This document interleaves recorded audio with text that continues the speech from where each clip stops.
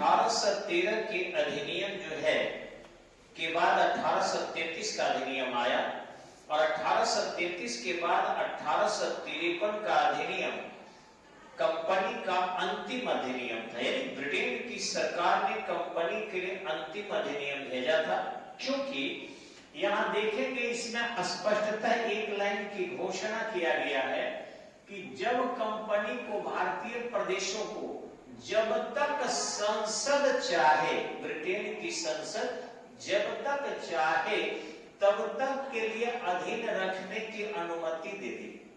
एक ध्यान रखिएगा, यानी जब उसको अनुमति मन करेगा कंपनी की सत्ता को समाप्त कर सकता था।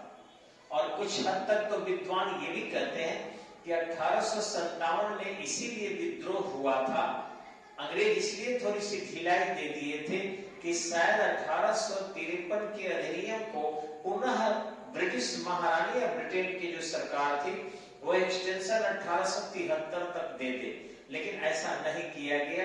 और नहीं तो कुछ दिन चलता, लेकिन 1857 के बगावत के बाद 1 नवंबर 1858 को महारानी ने घोषणा किया कि ईस्ट इंडिया कंपनी की सत्ता भारत में समाप्त कर दी गई है और यहाँ पर ब्रिटिश सरकार की सत्ता स्थापित कर दी गई है, जो भी कारण है। लेकिन यहाँ चार्टर एक्ट में देखेंगे 1853 में कि जो डायरेक्टरों की संख्या 24 थी वो घटाकर 18 कर दी गई थी। इसमें जो थे 6 सदस्य सम्राट द्वारा मनोनीत किए जाने का प्रावधान किया गया था। इसके अलावा कंपनी में नियुक्तियों के मामले में डायरेक्टर के संरक्षण को समाप्त कर दिया गया। यानी पहले कोर्ट ऑफ डायरेक्टर के लोग जो थे उनको संरक्षण दिया गया था, अब इस अधिकार को पूरी की पूरी तरह काट दिया गया। यहाँ देखेंगे गवर्नर जनरल के परिषद में जो चौथा सदस्य था, जिसको विधि सदस्य कहा जाता था, 1833 के अधिनियम के अंतर्गत उसे, जिसमें मैकाले सबसे पहले नियुक्त हुआ था, उन प्रावधानों के अनुरूप जो जोड़ा गया था, उन्हें वोट देने का अधिकार प्राप्त नहीं था।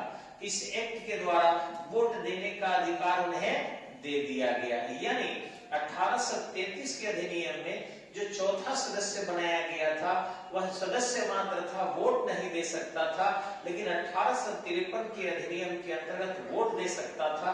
और देखेंगे गवर्नर भी जो थे, आगे में कि उसके अन्य तीनों सदस्यों के समान जो थे ये गवर्नर जनरल के भी अधिकार कर दिए गए थे।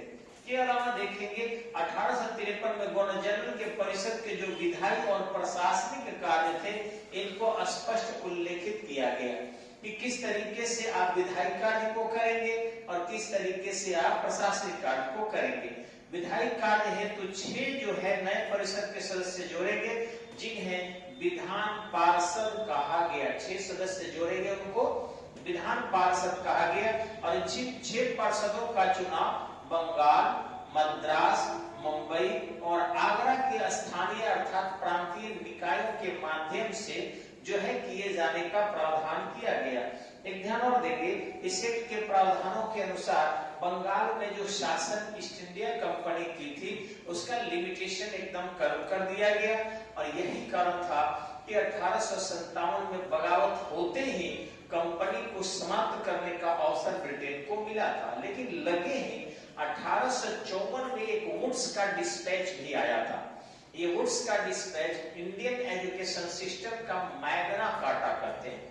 1215 में ब्रिटेन में एक संधि हुई थी जिसे बहुत अच्छी संधि कहा जाता है, और जितने भी वर्ल्ड की संधि हुई है उसी मैग्ना कार्टा के संधि के नाम से संबोधित किया जाता है। तो इस तरीके से भारत में भी शिक्षा के लिए 1854 के वुड्स का डिस्पैच एक मैग्ना कार्टा था। वह इसलिए मैग्ना कार्टा था क्योंकि primary education, middle education and higher education सबके डेवलपमेंट के लिए इसमें निर्णय लिए गए थे और इसका लाभ भी भारत को मिला, क्योंकि इसी मैग्ना कार्टा से 1856 में कोलकाता, मुंबई और मद्रास 3 विश्वविद्यालय स्थापित करने के प्रावधान भी आए थे। अगले वीडियो में हम लोग देखेंगे 1861 का इंडियन फर्स्ट काउंसिल एक्ट।